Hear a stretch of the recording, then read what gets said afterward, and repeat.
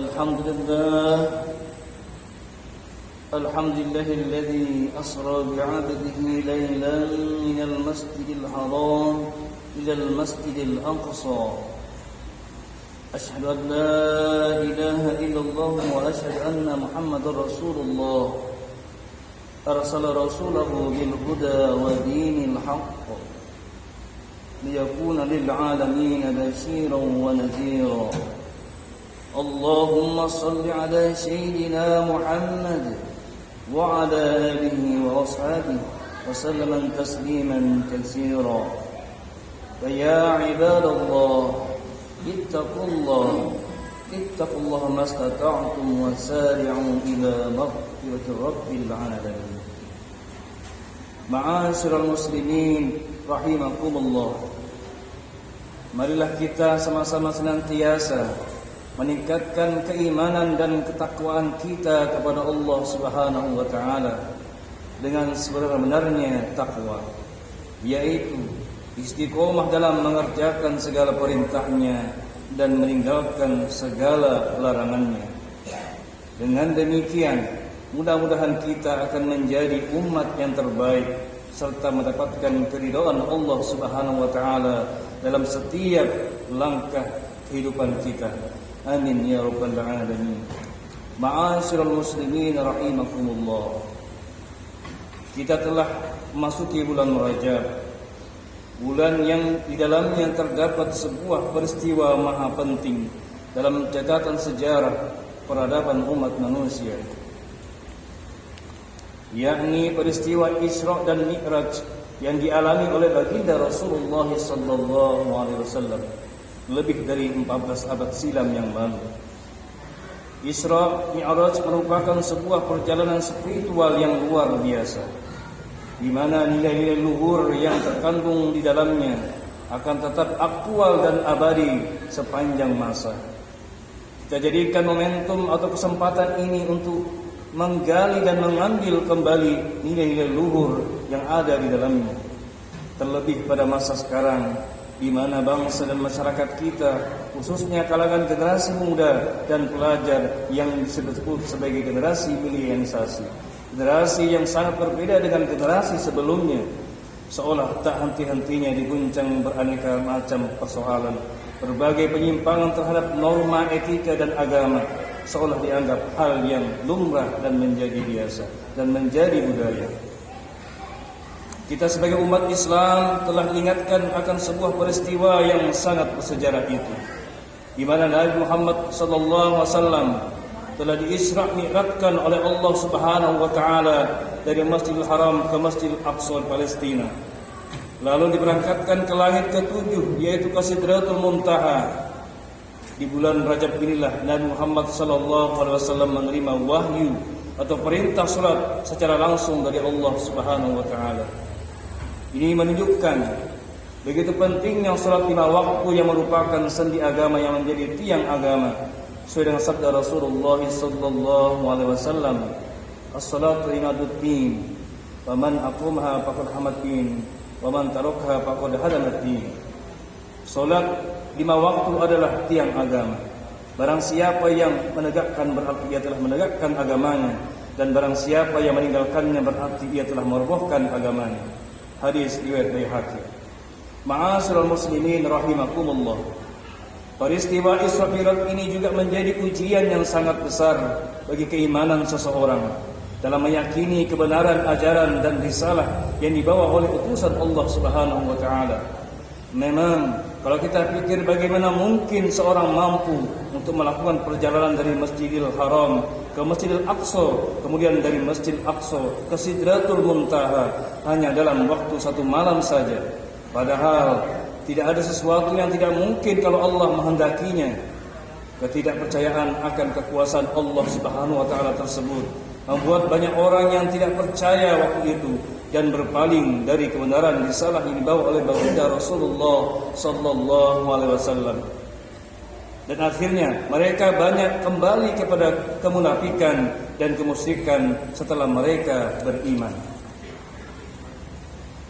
Peristiwa Isra Mi'raj itu benar-benar terjadi dan memang dihendaki oleh Allah Subhanahu wa taala Sebagaimana firman-Nya dalam surah Al-Isra ayat 1 yang berbunyi, A'udzu billahi minasyaitonir rajim. Bismillahirrahmanirrahim. Subhanalladzi asra bi'abdihi laylan minal masjidil haram من المسجد الحرام إلى المسجد الأقصى الذي باركنا حوله لنريه من آياتنا إنه هو السميع البصير. Maha suci Allah yang telah memperjalankan hambanya pada suatu malam dari Masjid Al-Haram ke Masjid Al-Aqsa, yang telah kami berkahi sekelilingnya agar kami perlihatkan kepadanya sebagian dari tanda-tanda kebesaran kami.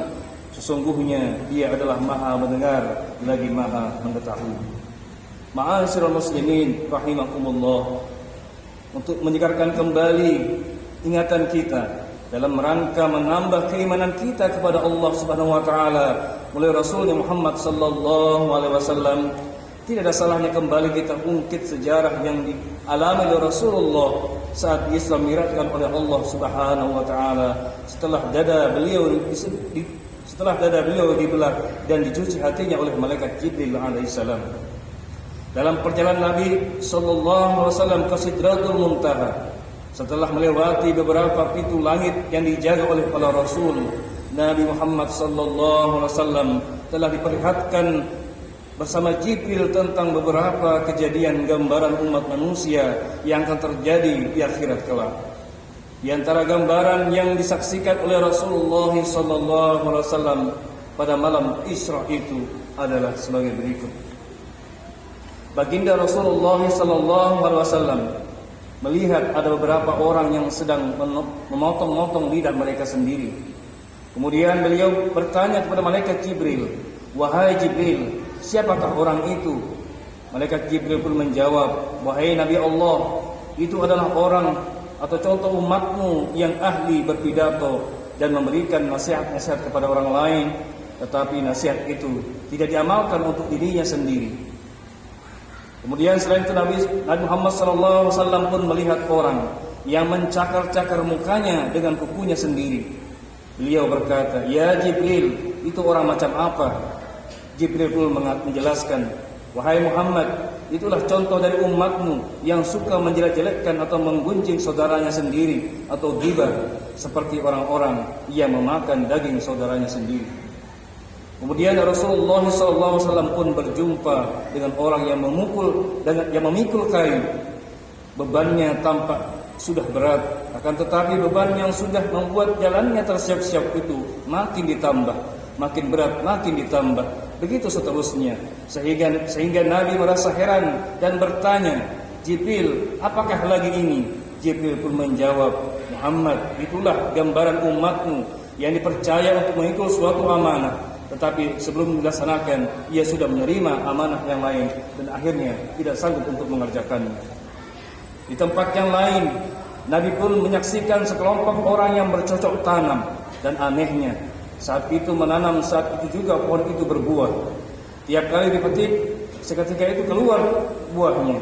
Kata malaikat Jibril, "Wahai Muhammad, itulah sebuah potret umatmu yang gemar memberikan bantuan kepada orang. Mereka rajin bersedekah, membantu fakir miskin, menyantuni anak yatim, memberikan bantuan kepada pembangunan masjid, menyelenggarakan dakwah, pendidikan dan semacamnya." Kemudian Rasulullah SAW pun bersabda, "Didatangkan kepadaku dua bejana saat itu, salah satunya berisi air susu dan yang lain berisi khamar. Maka dia berkata, 'Minumlah mana yang kamu mau.' Maka aku mengambil bejana berisi air susu lalu meminumnya. Lalu dikatakanlah kepadaku, 'Kamu telah mengambil fitrah atau kesucian. Dan adapun jika engkau mengambil yang berisi khamar, maka umatmu akan seluruhnya akan tersesat.'" Rasulullah SAW pun juga melihat seorang laki-laki yang berenang dalam sebuah sungai yang dilempari dengan batu. Maka aku pun bertanya, "Apakah ini Jibril?" Maka dikatakan kepadaku, "Dialah pemakan riba." Dan aku melihat Pada malam Isra, tiba-tiba aku berada di antara kaum yang memiliki bibir seperti bibirnya unta, dan telah ditugaskan malaikat yang mencabut bibir mereka. Kemudian dimasukkan ke dalam mulut mereka batu dari api neraka yang keluar dari bawah mereka. Aku pun bertanya, "Ya Jibril, siapakah mereka ini?" Ia menjawab, "Mereka adalah orang-orang yang memakan harta anak yatim dengan zalim.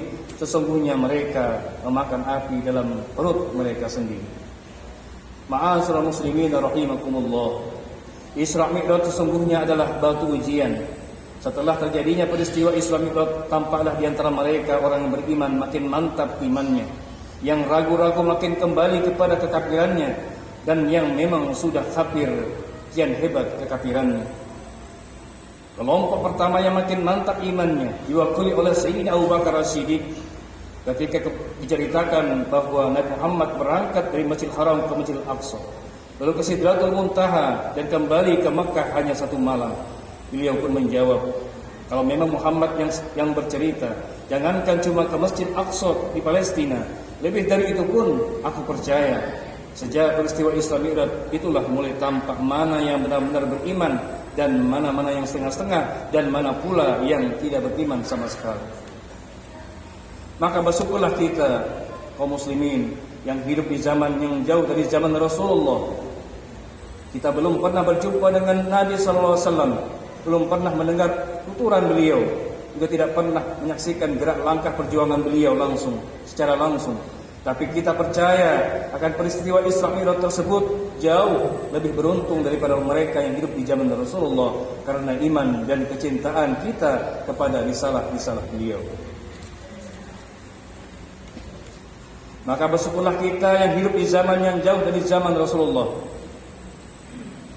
Karena kualitas keimanan seseorang tidaklah cukup hanya diukur dengan ia berada di dalam masjid, akan tetapi bagaimana nilai-nilai ibadah dan kehusuan yang telah dilakukannya di dalam masjid itu diwujudkan pula di luar masjid. Yakni ketika berada di lingkungan kerja dimanapun ia tengah berada, atau di tengah-tengah masyarakatnya, melalui jalinan interaksi silaturahim dan komunikasi yang baik dengan sesama. Inilah yang disebut dengan kesolehan sosial. Sebab tidak jarang sewaktu berada di dalam masjid seorang tampak khusyuk dengan beribadah. Namun begitu keluar dari masjid, nilai-nilai kehusuan ibadahnya ia tinggalkan, dan akibatnya di tempat bekerja maupun di lingkungan masyarakatnya ia masih kerap melakukan perilaku-perilaku yang buruk, justru bertentangan nilai-nilai ibadah yang telah dikerjakannya. Model beragama seperti inilah jelas merupakan wujud keberagaman yang semu. Karena salah satu wujud keberagaman yang hakiki harus ditandai dengan kemampuan seseorang menjalin komunikasi dan interaksi yang baik dengan sesamanya, sesuai dengan nilai-nilai akhlak luhur yang telah diajarkan atau diwariskan oleh Rasulullah sallallahu alaihi wasallam. Ma'asyiral muslimin rahimakumullah. Beberapa kejadian di atas diperlihatkan kepada baginda Rasulullah sallallahu alaihi wasallam kepada kita semua. Ini merupakan suatu gambaran siksaan akibat dari perbuatan umat manusia, dan janganlah semua kita tergolong kepada umat-umat yang digambarkan oleh Al-Qur'an dalam surah Maryam ayat 59 yang artinya, maka akan datang sesudah mereka pengganti yang jelek, yang menyia-nyiakan salat dan menurutkan hawa nafsunya, maka mereka akan menemui kesesatan. Ma'asyiral muslimin rahimakumullah. Oleh karena itulah marilah kita selalu mawas diri agar lebih bersyukur dan bertakwa kepada Allah Subhanahu wa taala, dan selalu membekali diri dengan amal soleh di setiap perilaku kita, dan lebih berhati-hatilah dalam menjalani kehidupan yang semakin bebas ini. Serta tegakkanlah salat, karena kata Rasulullah sallallahu alaihi wasallam, awwalu ma yuhasabu bihil abdus salat. Amal yang pertama kali dihisab di akhirat nanti dari seorang hamba adalah salatnya. Dan akhirnya kita hanya bisa berharap dan berdoa agar kita semua diberi taufik hidayahnya oleh Allah Subhanahu wa taala, dan mendapatkan syafaat dari seorang rasul yang selalu mengkhawatirkan umatnya dari siksa api neraka.